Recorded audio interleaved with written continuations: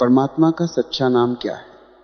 यह सवाल सुनते ही मन में एक गहरा चिंतन जाग उठता है। नाम तो हर चीज के लिए बनाए जाते हैं, लेकिन क्या परमात्मा के लिए भी कोई स्थायी सत्य नाम हो सकता है? सच तो यह है कि सभी नाम काल्पनिक हैं। परमात्मा अनाम है, बिना नाम का। जो नाम हम देते हैं, राम, कृष्ण, अल्लाह, ओंकार, ये सब मनुष्य की रचना है। इनकी उपयोगिता तो है, लेकिन ये सत्य नहीं। जैसे एक नवजात बच्चे को नाम दिया जाता है ताकि उसे पुकारा जा सके, पत्र लिखा जा सके, जीवन सुगम हो। बिना नाम के दुनिया में पहचान मुश्किल हो जाती। नाम एक कृत्रिम सहारा है जो भेदभाव करने में मदद करता है। एक पेड़ को हम पीपल कहते हैं, दूसरे को नीम, तीसरे को आम। क्या ये नाम वास्तव में उनके हैं? आम को शायद पता भी ना हो कि उसका नाम आम है, लेकिन नाम की जरूरत इसलिए पड़ती है क्योंकि दुनिया में विविधता है। एक को दूसरे से अलग पहचानने के लिए नाम जरूरी है। जहां भेद है वहां नाम उपयोगी। लेकिन परमात्मा तो अभेद का प्रतीक है। वह सारी सृष्टि का सार है, एकत्व का। जहां अनेकता नहीं वहां नाम की क्या प्रासंगिकता। फिर भी जब कोई उसे जान लेता है, उसे दूसरों तक पहुंचाना चाहता है, तो नामों का सहारा लेना पड़ता है। राम कह लो, अल्लाह कह लो, लेकिन याद रखो ये सिर्फ संकेत है। असली परमात्मा इन नामों से परे है। नाम के पीछे अनाम छिपा रहता है। अगर ये स्मरण बना रहे तो नाम हानिकारक नहीं, लेकिन भूल गए कि नाम ही सब कुछ है तो भ्रम हो जाता है। राम राम जपते रहो, अल्लाह अल्लाह चिल्लाते रहो, लेकिन कुछ हाथ ना लगे। जैसे यार ने कहा, जीभ थक गई चिल्लाने से, पर कुछ मिला नहीं। पानी पानी चिल्लाने से प्यास नहीं बुझती, पीना पड़ता है। नाम जपने से नहीं, अनुभव करने से मिलन होता है। रस को चखो, नाम को छोड़ो। स्वाद मिला तो परमात्मा मिल गया। एक तरफ देखो, परमात्मा का कोई नाम नहीं। दूसरी तरफ पूरी सृष्टि उसके नाम का उद्घोष कर रही है।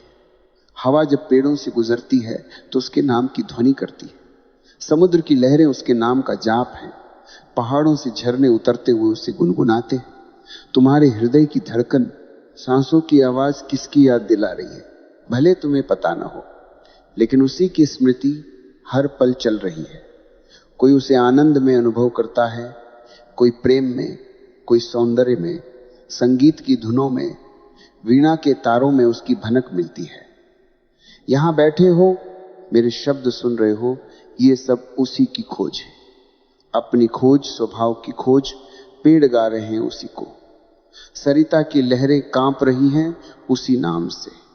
झरने के बूंदें हंस रही हैं इसी से। लताएं मुस्कुराती हैं, कलियां खिलती हैं, मेढ़ों पर धन बरसता है, बच्चे उड़ते हैं, झाड़ियों में चिड़ियां चहकती हैं, सहसा उड़ जाती हैं। ओस की बूंदें चमकती हैं सूर्य की पहली किरण में। धुंध में बंधी सारी सृष्टि शिव के नियम में। यही उसका नाम है। होंठ उत्सुक होकर उच्चारण करने को आतुर, लेकिन झिझक जाते हैं। पास आओ, जागृत मन के स्पंदन में वह नाम संगीत बनकर गूंजता है। हाथों को समेट कर दो मुझे, कोकिल की तरह गूंजरित हो जाएगा उस नाम से। जहां प्रेम है वहां प्रार्थना, जहां प्रार्थना वहां परमात्मा। किसी की आंखों में प्रेम से झांको, उसका नाम उभरेगा। हाथ प्रेम से थाम लो, नाम प्रकट हो जाएगा। इस तरह कोई नाम नहीं और सभी नाम उसके, क्योंकि वही एकमात्र सत्ता है। बाकी सब उसकी लहरें, उसके वृक्ष के पत्ते, पुष्प, हम उसके अंग हैं। उसके बिना हम नहीं, हमारे बिना वह नहीं। अंश के बिना अंशी अधूरा, अंशी के बिना अंश असंभव। भक्त और भगवान एक दूसरे के पूरक। उनके बीच जो घटता है वही उसका नाम क्या घटता है? कहना कठिन, मौन में, शून्य में घटता है। घट गया तो जीवन वसंत से भर जाता है।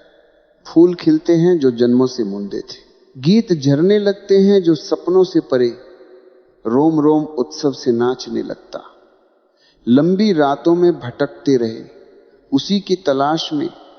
न देखा था फिर भी देखने को व्याकुल, न सुना था फिर भी कान भरे रहने को लालायित, न चखा था फिर भी प्यास बनी रही। जब भक्त भगवान के बीच शून्य का पुल बनता है, मिलन होता, तब पता चलता नाम है या अनाम। मलय का झोंका आया, रोम रोम कंपा, स्पर्श से जागो सखी, वसंत आया। पीपल की छाल नरम हुई, सिरिस ने रेशमी चोटी बांधी। नीम के फूलों में मिठास कचनार हंसी, टेसू की आरती सज गई वन वधू। बादल प्रेम से व्योम ढक्का, जागो सखी वसंत आया। ढीली देह में रक्त जागा, मन को दूर की पुकार बेधी। दिगंत गूंजा सुनो सखी, प्यार ही यौवन है। मधुदूत गा गया जागो, मधुमास में पहचानोगे उसके नाम को। नाम नहीं, स्वाद है, अनुभव है, प्राणों की गहराई में अनुभूति। राम कहूं तो झूठ, अल्लाह कहूं तो झूठ, लेकिन सभी नाम उसके। तुम्हारे बच्चों के नाम, पड़ोसियों के सब उसके, अच्छे बुरे बड़े छोटे सभी उसके। विरोधाभास मत देखो, जिसका कोई नाम नहीं उसके सभी नाम संभव। सभी नामों वाला बंधा कैसे? तुम नाम चाहते हो माला जपने को, मंत्र बनाने को, लेकिन जीभ थकेगी, हृदय न छुएगा, परिधि पर रह गया, केंद्र न पहुंचा। केंद्र से परिधि बहती है, परिधि केंद्र न जाती। भीतर से बाहर आचरण बनता, बाहर से भीतर नहीं। तुम नाम मांगते हो, मैं नाम देना चाहता हूं। नाम से तृप्ति मत चाहो, स्वाद लो। वह चारों ओर घेरे हुए है, पी लो जी भरकर। हवा दिखती नहीं, लेकिन जीवित हो तो पी रहे हो। मुर्दे को लाओ, वह भी घिरा है, लेकिन नहीं पी रहा। भक्त और साधारण में यही फर्क, एक पीता है, दूसरा बंद पड़ा। भक्त सांस लेता है तो परमात्मा अंदर आता, भोजन करता है तो अन्न के साथ ब्रह्म, फूल देखता है तो उसमें छिपे को, सूर्य उगता देख झुकता है क्योंकि रोशनी में उसकी रोशनी, वृक्ष के पास झुकता क्योंकि हरिमा ज ईवन धारा। तुम भी घिरे हो लेकिन बंद हो। नाम मत पूछो जो सांस से निकट सरोवर में खड़े हो। नाम पूछते हो, प्यासे मरते हो, पी लो। अब दूसरा सवाल, सिख निरंकारी संघर्ष पर मेरा मत क्या? क्या वे जो मेरे दर्शन से असहमत हैं, सहन भी नहीं करते, वे मेरे साथ भी ऐसा न करेंगे? धर्म में संघर्ष का कोई स्थान नहीं। जहां संघर्ष हावी, वहां धर्म मिट जाता, राजनीति कब्जा लेती। सभी झगड़ों की जड़ राजनीति। ऊपर से नाम बदलते रहते, हिंदू, मुस्लिम, सिख, निरंकारी, ईसाई, यहूदी। ये आड़ हैं खतरनाक तलवार पर मखमली खोल, सोने चांदी जड़कर छिपाना। अंधों को छिपती, आंख वालों को दिखती। धर्म के नाम पर राजनीति सदियों से चल रही। हत्यारे सुंदर मुखौटे लगाते। जितना घिनौना काम, उतना ऊंचा नारा, रंगीन झंडा। मनुष्य भी जंगली है, सभ्य नहीं। बहाना मिला, पशु प्रकृति फूट पड़ती। एक बहाना हटाओ, दूसरा आ गया। लड़ाई बंद नहीं होती। मनुष्य शांति में आनंदित होने लायक नहीं। द्वेष, ईर्ष्या, हिंसा में ही उसे मजा मिलता। देखो, पत्नी की दवा लाने गए, राह पर दो लड़ रहे ठहर गए, दवा भूल गए। क्यों? भीतर रस आया। भीड़ इकट्ठी, ऊपर से रोकते, भाई मत लड़ो। भीतर चाहते हो जाए, खून बहता देख अचेतन पशु तृप्त। बहाने, कुछ भी खून बहना चाहिए। इतिहास में 5000 युद्ध, 3000 साल। धर्म खतरे में, मातृभूमि खतरे में, इस्लाम, ईसाईयत, कम्युनिज्म सब खतरे। शांति के नाम युद्ध, जैसे जहर से जीवन, गर्दन काट बचाओ। एक समस्या सुलझी, दूसरी खड़ी।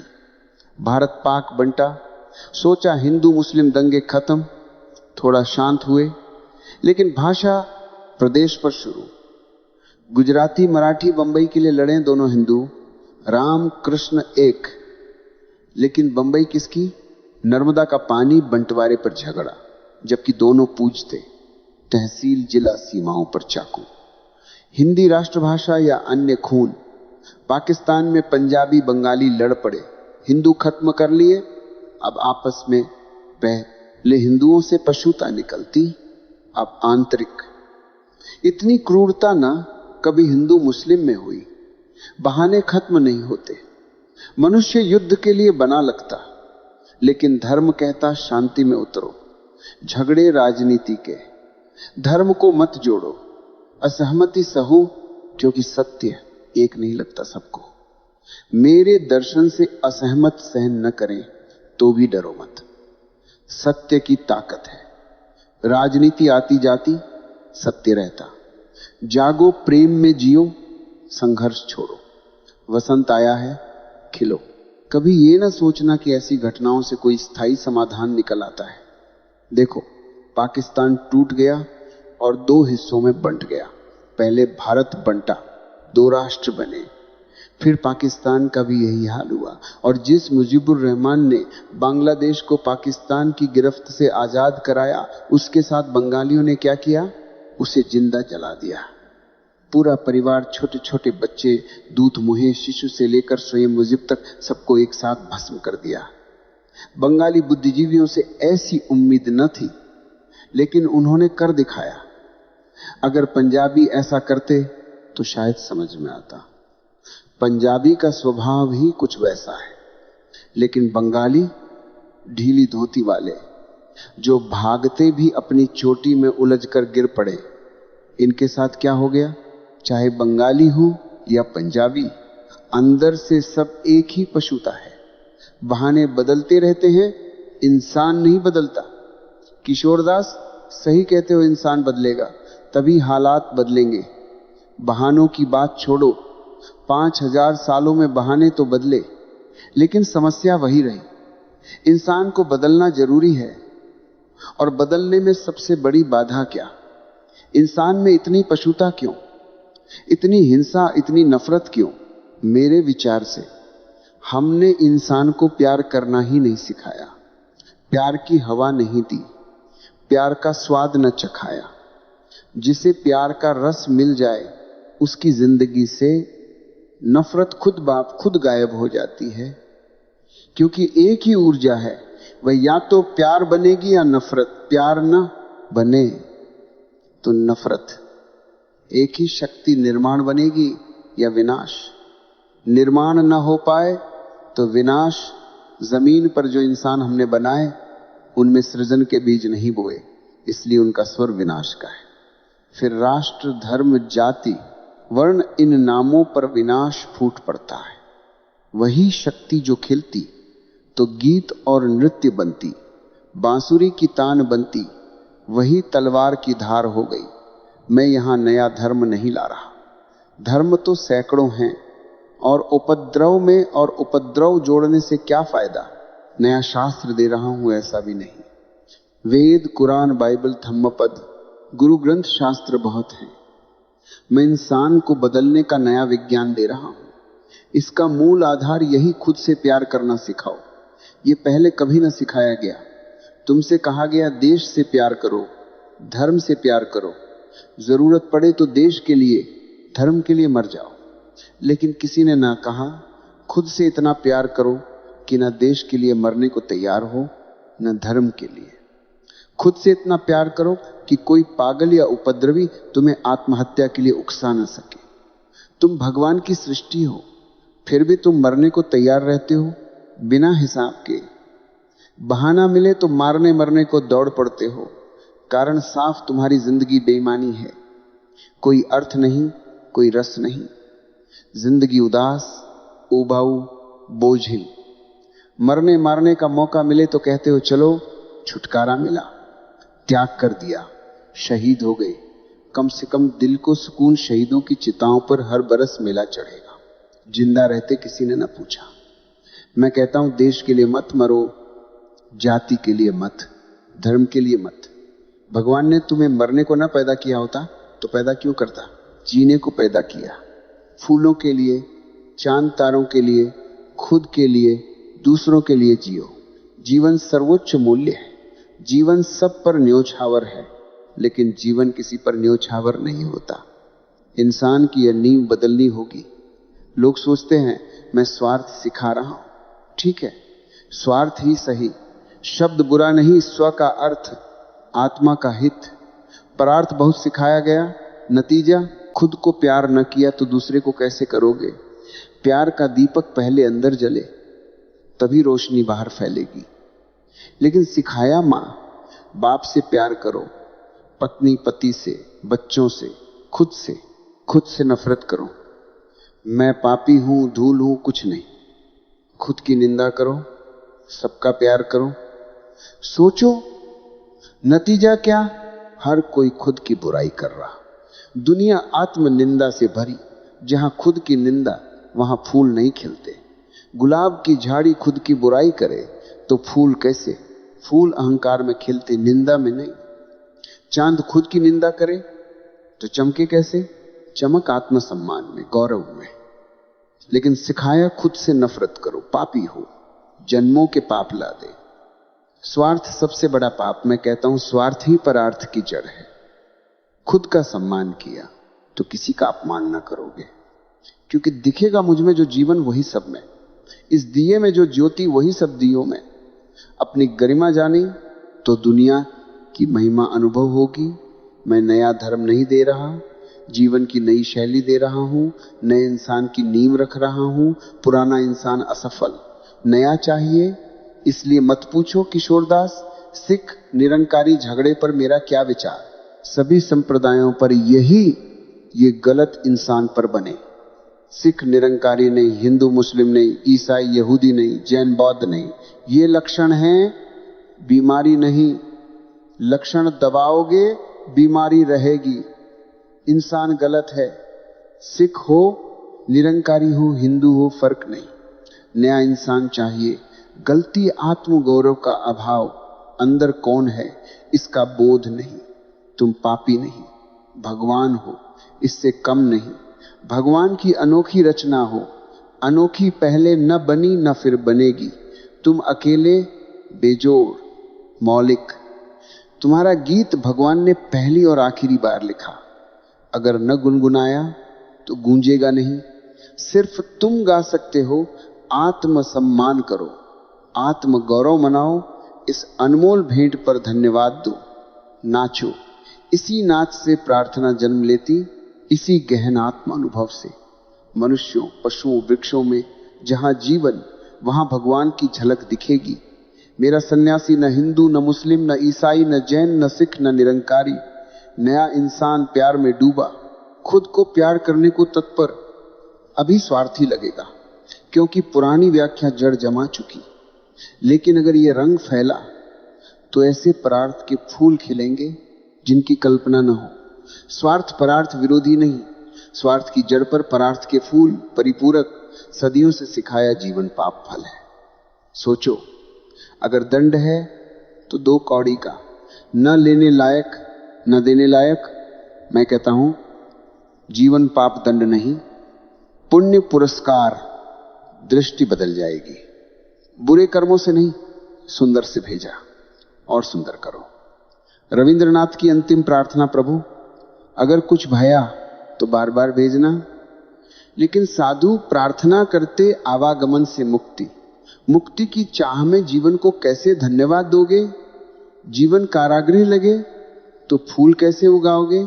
कारागृह में सजावट नहीं, वीणा नहीं, बस छुटकारे की प्रतीक्षा। यह संसार कारागृह नहीं, भगवान की अभिव्यक्ति। भगवान से अलग नहीं। चित्रकार से चित्र विपरीत, संगीतकार से संगीत, नर्तक से नृत्य। चित्र की निंदा चित्रकार की निंदा, चित्र की प्रशंसा उसकी। पंडितों ने जीवन विरोध सिखाया। नकार का भाव भरा। नकार मृत्यु है, सड़न, जहर। मैं जीवन स्वीकृति सिखाता। यह भगवान की अनुपम भेंट। न तोड़ो, न नष्ट करो, न क्षुद्र विचारों पर न्योछावर। मंदिर जल जाएं, मनुष्य न मरे, फिर बना लेंगे। मस्जिदें, किताबें मनुष्य निर्मित, मनुष्य भगवान निर्मित। मनुष्य सर्वोच्च, चंडीदास ने कहा सबसे ऊपर। मनुष्य सत्य, उसके ऊपर कुछ नहीं। गांव घर जाकर घोषणा करो, तब बदलाव आएगा। आवागमन भय, संसार पाप, ये तुम्हारी बीमारी की जड़ें। सिख निरंकारी लक्षण, बहाने कोट है, खूंटी ढूंढ लेगा। इंसान न बदला, उपद्रव रहेंगे, मैं लक्षण नहीं जड़ देखता। असली चिकित्सक जड़ काटता। बुखार में नकली डॉक्टर ठंडा पानी डालेगा, लेकिन जड़ अंदर घर युद्ध। उसे शांत करो, बुखार जाएगा। पत्ते शाखाएं मत काटो, जड़। मैं जड़ काट रहा किशोरदास, तुम्हारी चिंता सही। मेरे विचारों से असहमत लोग ऐसी स्थिति पैदा करेंगे। जीसस को सूली, सुकरात को जहर, मंसूर को कटा, कसूर इंसान को स्वस्थ करने की कोशिश। बीमारियां आदत बन गई, जंजीरें आभूषण लगती। छीनने वाला लुटेरा, अगर ये न होते दुनिया स्वर्ग होती। कोई झगड़ा ना, लेकिन स्वर्ग निर्माताओं से दुर्व्यवहार, आश्चर्य नहीं। होगा तो एक तरफा, हमारी ओर से कोई लड़ाई नहीं। कल पत्रिका में लिखा, मुझे फांसी दो वरना खतरा, आगे कोई ना करे। मैं नाराज नहीं, करुणा। बीमारियां, आदत, जड़ पर चोट, एक तरफा। हम गीत गाते नाचते रहेंगे, जो करें करें। हमारा प्रत्युत्तर मृत्यु को भी उत्सव बनाना। लड़ाई की जड़ काट रहे तो कैसे लड़े, बीमारी मिटा रहे। सिख निरंकारी एक दूसरे से तकलीफ, लेकिन बाकी को नहीं। मेरे साथ सबकी तकलीफ, हिंदू, मुस्लिम, ईसाई, जैन, क्योंकि जड़ काट रहा। पत्ते खुश एक कम, लेकिन जड़ पर सब एकजुट। जीसस को यहूदी, मंसूर को मुस्लिम, मुझे सब मारे तो नई शुरुआत, सौभाग्य सबके खिलाफ। मतलब जड़ की बात, मौलिक परिवर्तन की बात। नया इंसान बना रहा, शास्त्रार्थ नहीं। नया इंसान हिंदू ना, मुस्लिम ना, भारतीय ना, पाकिस्तानी ना, विश्व नागरिक, संप्रदाय मुक्त, जीवन अनुग्रह, आवागमन, मुक्ति न चाहे। भगवान जैसा जीवित रखे, जीवन के सब अंग स्वीकार, निषेध न। निषिद्ध अंग बदला लेता। काम दबाओ तो भर जाएगा, क्रोध दबाओ रोए में समा। शरीर दमन, शरीर मग्न, हिमालय भागो। मन जगत में, पूरे इंसान पर भरोसा। बाहर भीतर, बाजार मंदिर, धन ध्यान, प्रेम समाधि, दोनों पंख। क्रोध करुणा बने, अहंकार आत्मभाव, काम ब्रह्मचर्य। ऊर्जा शुद्ध करो, नकारो नहीं। चिंता ठीक होगा, न हो तो चमत्कार। देर सबेर प्रयोग जारी। थोड़े में सफल तो इतिहास बदलेगा। पुराना धर्म अंतर्मुखी, विज्ञान न जन्मा। गरीबी भूख संतों की कृपा, विज्ञान बहिर्मुखी, पदार्थ अवलोकन। संत कहते माया, ब्रह्म सत्य, पश्चिम जगत सत्य, ब्रह्म मिथ्या। विज्ञान फला, ध्यान खो। मैं कहता दोनों सत्य, एक सिक्के दो पहलू। जगत ब्रह्म देहा, ब्रह्म जगत प्राण। जीवन सुंदर, न मार्क्स न शंकर। भविष्य का इंसान वैज्ञानिक और धार्मिक दोनों होगा। ये दोनों अलग अलग नहीं रहेंगे, बल्कि एक दूसरे के पूरक बनेंगे। मैं इसी समन्वय को जन्म देने की कोशिश कर रहा हूं, जहां विज्ञान और धर्म साथ साथ चले। आश्चर्य की बात यह है कि मेरा विरोध न सिर्फ धार्मिक लोग करेंगे, बल्कि अधार्मिक भी खड़े हो जाएंगे। अध्यात्म के पक्षधर तो भले ही असहमत हों, लेकिन भौतिकवादी भी मुझे चुनौती देंगे। क्यों? क्योंकि भौतिकवादियों को लगता है कि मैं परमात्मा को बीच में ला रहा हूं, जबकि पदार्थ ही सब कुछ है। उन्हें परमात्मा की कोई जरूरत नहीं। वहीं अध्यात्मवादी सोचते हैं कि मैं भौतिक पदार्थ को क्यों घसीट रहा हूं, परमात्मा ही काफी है। मैं कहता हूं, कोई फैसला मत करो कि क्या पर्याप्त है, बस देखो, निरीक्षण करो। दोनों मौजूद हैं, दोनों जरूरी हैं, दोनों जीवन के अभिन्न अंग हैं। इन्हीं दोनों की मौजूदगी से अस्तित्व में विविधता आती है, सौंदर्य पैदा होता है, गरिमा मिलती है और महानता का आभास होता है। जीवन को और समृद्ध बनाने के लिए हमें फूल बोने चाहिए। जितना समय मिले उतने फूल लगाओ। ज्यादातर लोग फूल तो बोते ही नहीं। तुम जो अच्छे अच्छे लोग कहते हो वे भी ज्यादा से ज्यादा इतना करते हैं कि कांटे न बोएं। तुम्हारा संत कांटे बोने से बचता है बस। लेकिन कांटे न बोना नकारात्मक है, ये पर्याप्त नहीं। अगर तुमने बगीचे में कांटे नहीं बोए तो इससे मत मानो कि फूल खिलाएंगे। कांटे न बोना तो जरूरी है ही, लेकिन फूल बोना तो असली काम है। मेरा किसी से विरोध नहीं है, इसलिए मैं सभी धर्मों के ग्रंथों पर बोलता हूं, ताकि उनमें जो कुछ भी सुंदर और श्रेष्ठ है नया इंसान उसे अपनाए। जो कुछ भी मूल्यवान है वह उसके जीवन में सांसों की तरह घुल जाए। मेरा सन्यासी न हिंदू होगा, न मुसलमान, न ईसाई, लेकिन मैं बाइबल पर बोलूंगा, ताकि उसमें जो सुंदर और श्रेष्ठ है वह ग्रहण किया जाए। ध्यान रखो, हर चीज सुंदर नहीं होती, हर बात श्रेष्ठ नहीं। वेदों में भी ऐसा ही है। वेद किसी एक व्यक्ति ने नहीं लिखे। बाइबल भी कई हाथों से गुजरी। उनमें परम ज्ञानियों की वाणियां हैं और साधारण विद्वानों की भी। इसलिए मैं छंटाई कर रहा हूं। जो कुछ भी सुंदर है, चाहे वो जरथुस्त्र से आए, लाओ त्से से, चीन से, ईरान से, कहीं से भी, सारी मानवता की धरोहर हमारी है। उनमें से फूल चुनकर मैं तुम्हें एक गुच्छा दे रहा हूं। लोग नाराज होंगे क्योंकि जो मैं छोड़ दूंगा वही उनकी जिद होगी।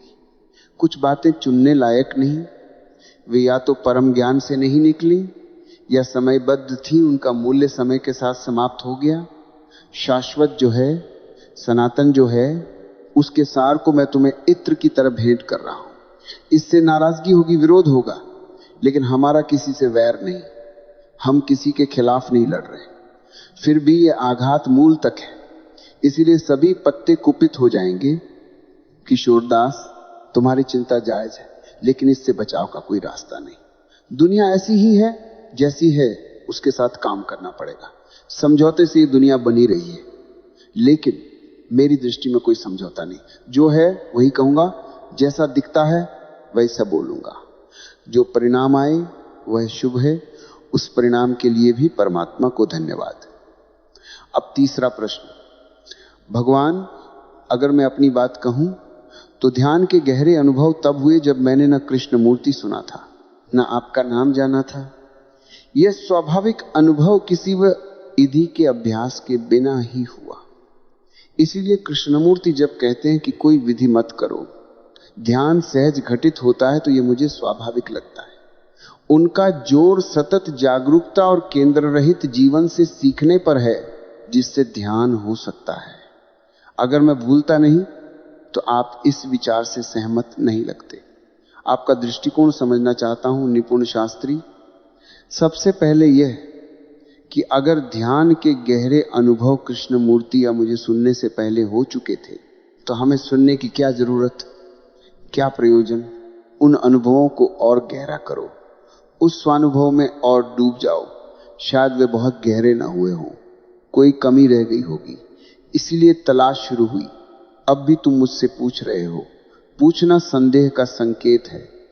अपने अनुभवों पर भरोसा नहीं। गहराई में संदेह है कि क्या वे सच्चे ध्यान के थे या मन की कल्पना, क्या अनुभव हुआ था। सच कहें तो ध्यान का कोई अनुभव नहीं होता। जब सभी अनुभव समाप्त हो जाते हैं, तब जो बाकी रहता है वही ध्यान है।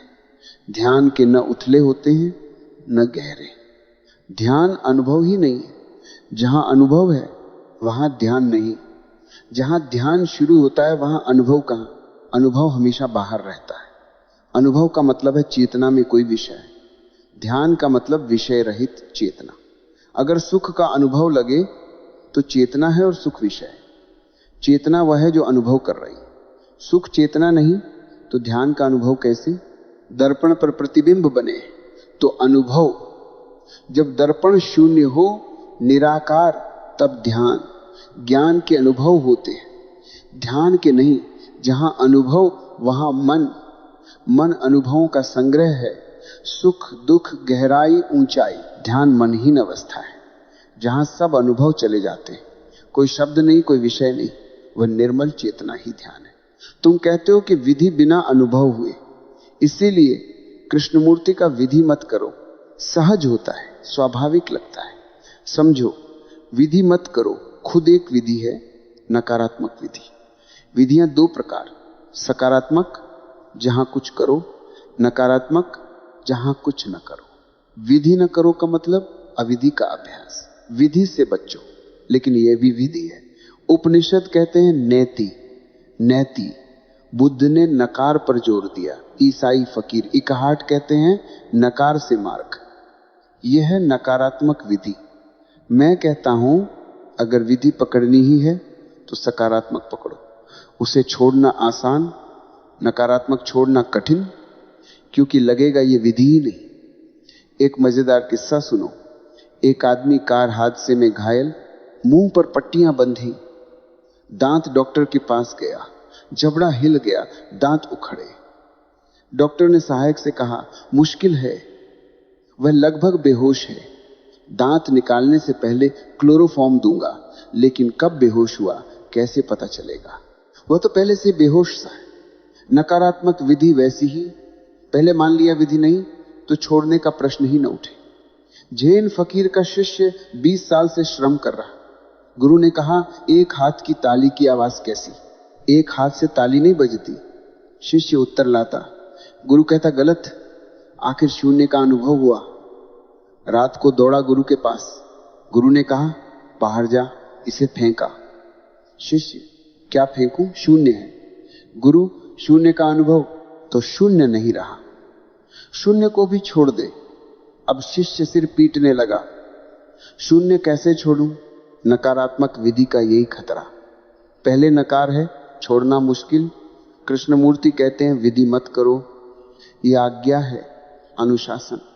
40 साल समझा रहे, अगर विधि ना होती तो चुप क्यों, हंसते या चुप रहते। अविधि भी विधि, नकार समझाना कठिन, विधा पकड़ में महाती, नकार नहीं। इसलिए 40 साल का परिश्रम कितने समझे? सुनते रहिए। इतना समझा कि विधि न करें, लेकिन अविधि क्या। अभी भी अज्ञात बूढ़े होते जाते, परिणाम न देख उत्तेजित हो जाते। स्वाभाविक नकारात्मक विधि कठिन।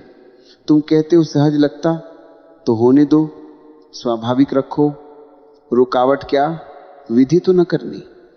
पहले भी बिना विधि अनुभव हुए, रोक कौन रहा? दुनिया में अरबों विधि न करने वाले, अगर सहज तो सबको होना चाहिए। 4 अरब लोग कितने ध्यान करते, बाकी सब चूक क्यों? सिर्फ ध्यान करने वाले चूके, गैर ध्यानी पाए। नहीं, कृष्णमूर्ति व्यर्थ नहीं समझाते। जैसा है वैसा ध्यान न मिले, न करने वाले न पाते, करने वाले भी न। जो विधि कर कर थकते हैं, शिखर पर पहुंच गिर पड़ते, उन्हें मिलता। मेरा संदेश संक्षेप में, विधि साधो ताकि अविधि मिले। विधि से थको, चरम पर पहुंचो। दौड़ो, क्षितिज दूर भागे, लगे मिला लेकिन न मिले। जोर से दौड़ो, क्षमता चुकने पर गिर पड़ो। उस अप्रयास में ध्यान बरसेगा। ध्यान न करने वालों को न मिला, करने वालों को भी न मिलता। उनको जो कर कर न करने की अवस्था पाते। सहज ध्यान कर कर न करने से आता, पहले विधि से थकना पड़ता। मेरा दृष्टिकोण समग्र, कृष्णमूर्ति एकांगी। मैं विधि और अविधि दोनों सिखाता। खूब साधो, थको, गिरो, तब सहज हो जाता। दुनिया में विविधता है, सभी रास्ते वैध, लेकिन समझो यात्रा बिना प्रयास के न पूरी। फूल बो, कांटे ना। सभी ग्रंथों से श्रेष्ठ चुनो। विरोध आएगा, लेकिन सत्य बोलना पड़ेगा। ध्यान अनुभवातीत, उसे जियो। यह समन्वय ही भविष्य है। विज्ञान पदार्थ को समझाए, धर्म चेतना को, दोनों मिलकर इंसान को पूर्ण करें। नकारात्मक से बचो, सकारात्मक से शुरू करो।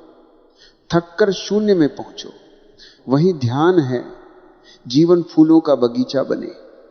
विरोधी नाराज हो, लेकिन फूल खिलेंगे।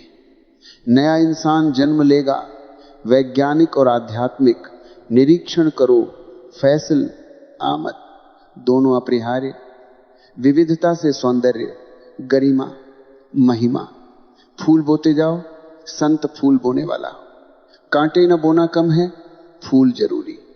सभी धर्मों का सार चुनो, शाश्वत को अपनाओ, परिणाम शुभ।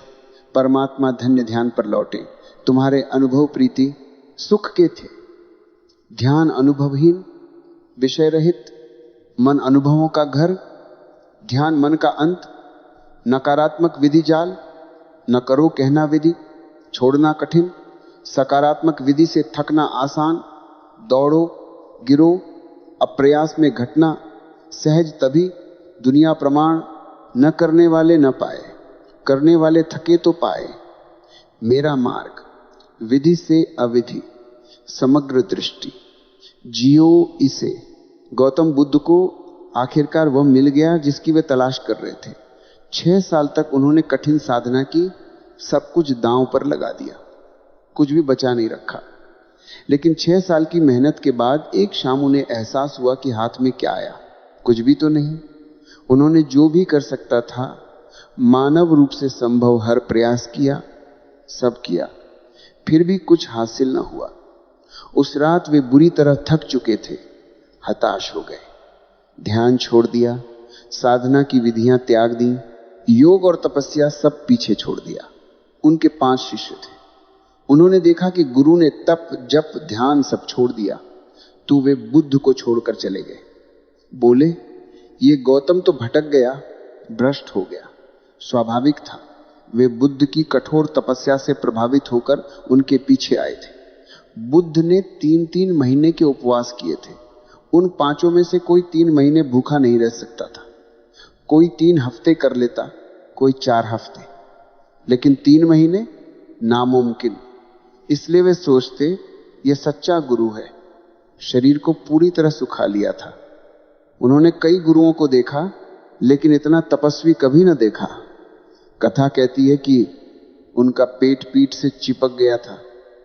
शरीर इतना कृश हो गया कि छाती की हर हड्डी गिनी जा सकती थी। चमड़ी और हड्डियों के बीच समज्जा खत्म हो चुका था। चमड़ी सीधे हड्डियों से सटी हुई थी। यही वजह थी उनकी भक्ति की। दुनिया में लोग अजीब अजीब चीजों से प्रभावित हो जाते। लोग इतने विकृत हो चुके हैं कि गलत बातों पर फिदा हो जाते। कोई सिर के बल खड़ा हो जाए तो लोग ताली बजा देते हैं। अगर भगवान की यही मर्जी होती तो सबको ही सिर के बल खड़ा करके पैदा किया होता। पैरों पर क्यों खड़ा किया? ये मूर्ख सिर के बल खड़ा हो गया तो योगी बन जाता है। अगर भगवान चाहता कि पेट पीठ से सट जाए तो सटे हुए ही पैदा कर देता। उस दिन बुद्ध ने ऐलान कर दिया, बस जो करना था कर लिया, सब व्यर्थ साबित हुआ। आज सब त्याग रहा हूं। संसार तो पहले ही छोड़ चुका था, अब साधना भी छोड़ रहा हूं। इस लोक से थक चुका था, अब परलोक से भी थक गया। इलोक छोड़ा, परलोक भी छोड़ता हूं। उसी दिन 5 शिष्यों ने सोचा ये गौतम भ्रष्ट हो गया, अब इसके साथ रहकर क्या करेंगे। वे चले गए और बुद्ध उसी रात समाधि को उपलब्ध हो गए। क्योंकि उस रात कोई चिंता न बची, पाने की कोई लालसा न रही, न इस लोक की न परलोक की। ध्यान और समाधि पाने की वासना भी मिट गई। वासना ही सबसे बड़ी बाधा है। तुम विधि क्यों अपनाते हो? क्योंकि वासना है ध्यान पाना है। कोई धन चाहता है, तुम ध्यान चाहने में क्या फर्क? चाहत दोनों को भविष्य की ओर घसीट ले जाती है, विश्राम न होने देती, दौड़ाती रहती, ठहरने न देती, चित्त को चंचल रखती। चाहत रहेगी तो चित्त भटकेगा, चाहत में गर्मी बनी रहेगी। चाहे ध्यान पाना हो या कुछ और, महत्वाकांक्षा तो है। जहां महत्वाकांक्षा है वहां मन है। जहां मन है वहां ध्यान कैसे? उस रात सारी महत्वाकांक्षाएं छूट गईं। कोई भाव न था, कोई विचार न था, कोई भविष्य न बचा। वे लेटे थे, सो रहे थे। पूर्णिमा की रात थी, चांदनी में सूखा शरीर, इतना कृष्ण की अमानवीय लगता होगा, भूत प्रेत सा। एक स्त्री ने वट वृक्ष से मनौती मांगी थी, पूर्णिमा की रात अगर गर्भवती हो जाऊंगी तो खीर चढ़ाऊंगी। वह गर्भिणी हो गई। पूर्णिमा आई तो सुजाता नाम की वह स्त्री खीर से भरा थाल लेकर वट वृक्ष को भेंट चढ़ाने निरंजना नदी तट पर पहुंची। चांदनी में देखा जैसे वृक्ष का देवता प्रकट हो गया हो। भाव विभोर होकर चरण छुए, बोली, हे देवता, कभी सोचा न था कि आप स्वयं आकर लेंगे। मैं धन्य हूं, मेरी भेंट स्वीकार करें। कोई और रात होती तो बुद्ध रात का भोजन न करते। रात का खाना पाप था उनके लिए। फिर अनजान स्त्री सुजाता, ध्यान रखो, सुजाता नाम शूद्र स्त्री का ही होता। सुजाता नाम रखने वाली कुजाती ही होती। ब्राह्मण या क्षत्रिय सुजाता नाम ना रखते। सुंदरबाई नाम हो तो समझो सुंदर नहीं, नयन सुख नाम हो तो आंखें खराब। जो नहीं है वही नाम से जोड़ते। सुजाता भी कुजात रही होगी, जात पूछते। कोई और दिन आधी रात में अनजान से मिठाई खीर न लेते। महल छोड़ने के बाद वर्षों से न खाई, लेकिन अब कोई अड़चन न थी, कुछ पाना ही न था तो खोना क्या, चुपचाप स्वीकार कर लिया। वर्षों बाद पहली बार अच्छा भोजन किया, निश्चित सोए। चिंता न थी तो स्वप्न न आए। स्वप्न तो चिंताओं की परछाई हैं। रात गहन सन्नाटे में बीती। पतंजलि कहते हैं समाधि और सुषुप्ति में फर्क सिर्फ इतना कि सुषुप्ति अचेतना है, समाधि चेतन, वरना रंग ढंग स्वाद एक। उस रात स्वप्न न आए, गहरी नींद आई। सुबह आंख खुली, भोर का आखिरी तारा डूब रहा था। उस तारे को डूबते देखकर भीतर अहंकार का आखिरी टुकड़ा डूब गया। अहंकार ही कहता है धन पाओ, अहंकार ही कहता ध्यान पाओ, संसार में सिकंदर बनो, परलोक में बुद्ध महावीर। ये अहंकार की लालसाएं हैं। तारा डूबा, अहंकार मिटा, न पाना बचा, न जाना, जैसा है वैसा ठीक, तथाता का भाव जागा। इसलिए बुद्ध को तथागत कहा। जो है जैसा है बिल्कुल ठीक, यथाभूत, कुछ बदलना ना है, कुछ करना ना है। समाधि खिल गई ना, इल कमल सा। यहां मेरा कृष्ण मूर्ति से मतभेद है। सहमत भी हूं, असहमत भी। सहमत क्योंकि आधी बात सही, असहमत क्योंकि आधी बात अधूरी। सीढ़ी का ऊपरी हिस्सा है, निचला नहीं। बिना निचले ऊपर कैसे? आखिरी पायदान पर पहुंचना है, लेकिन पहला कहां?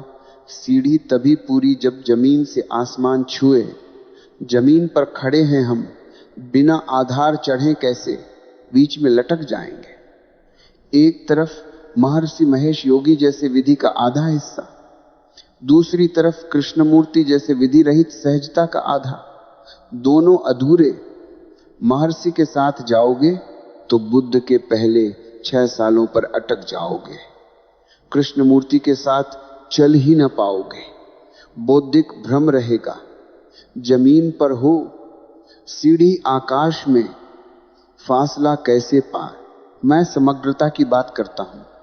अनंत दिशाओं वाली विधि करो समग्र होकर, उसी में अविधि का फूल खिलेगा, समाधि की सुगंध फैलेगी। अंतिम प्रश्न, भगवान सन्यास लो या नहीं? संसार का डर लगता है। लोगों का विरोध झेल पाऊंगा या नहीं? विरोध तो होगा, झेल पाओगे, आत्मवान हो। अगर न झेल सको तो साबित होगा मुर्दा हो, जिंदा नहीं। आत्मा बलवान है, सब सहन करने में सक्षम। आंधी तूफान चाहिए आत्मा को गहरा करने के लिए, एकाग्र करने के लिए, निखारने के लिए। फूल कांटों में खिलता है, सेज पर मुरझा जाता।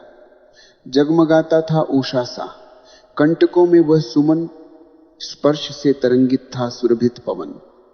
कपूरी पंखुड़ियों में भरा मधु का सपना, फूल कांटों में खिलता था, सेज पर मुरझा गया। प्रखर सूर्य का ताप, झंझाहट के झोंके, कठिन संघर्ष सह न सका तरुण कमल, झाड़ी से अलग हो गया एक दिन।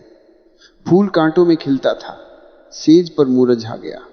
जो अडिग रहता तूफान बरसात में, टूट जाता शरद निशा के तारे में, मुक्त जीवन की प्रगति द्वंद्व में टूटती। फूल कांटों में खिलता था, सेज पर मुरझा गया। कांटों से मत डरो, आंधियों से मत भागो, तूफानों में ही आत्मा जन्म लेती। संन्यास लो, अड़चने आएंगी सब तरह की। आश्वासन नहीं दे सकता कि ना आएंगी, इतना कह सकता हूं तुम झेल सकोगे। हर जीवंत व्यक्ति सक्षम है, झेलोगे तो निखरोगे। डगमगाहट कितनी भी, फूल खिलने से न रुकेंगे तुम्हारी चिंता, समझता हूं सबकी यही है। मन दुविधा का दूसरा नाम, करूं या न करूं। बड़े सवालों में नहीं, छोटे में यह फिल्म देखूं या वह, ये साड़ी पहनूं या वह। स्त्रियां अलमारी खोलती, घंटों लग जाते तय करने में। ताला लगाकर जाते हैं, 5 कदम पर लौटकर चेक करते लगा कि नहीं। मुल्ला नसरुद्दीन की पत्नी बोली, दरवाजे पर नजर रखना। वह शादी में गई, देर से लौटेगी। मुल्ला थोड़ी देर देखा, फिर बोला कब तक बैठा रहूं। दरवाजा उखाड़ा, कंधे पर लाद लिया। रास्ते में पत्नी मिली, कहां जा रहे हो? दरवाजा क्यों? बोला तूने कहा नजर रखना, अब जहां बैठूंगा वहीं रख लूंगा। नजर रहेगी, मन यही है बंटा हुआ द्वंद्व में। बाएं बोलता दाएं, एकजुट न होता। एकजुट करने का उपाय, जीवन में ऐसे निष्कर्ष लो जो शैली बदल दे, टूटे टुकड़ों को जोड़ दे। फिक्रें दिलदारी करूं या न करूं, जिक्रे मुर्गाने गिरफ्तार करूं या न करूं, किस्सा साजिशों का कहूं या न कहूं, शिकवा यारों का करूं या न करूं, जाने क्या वजह है रस्म वफा की।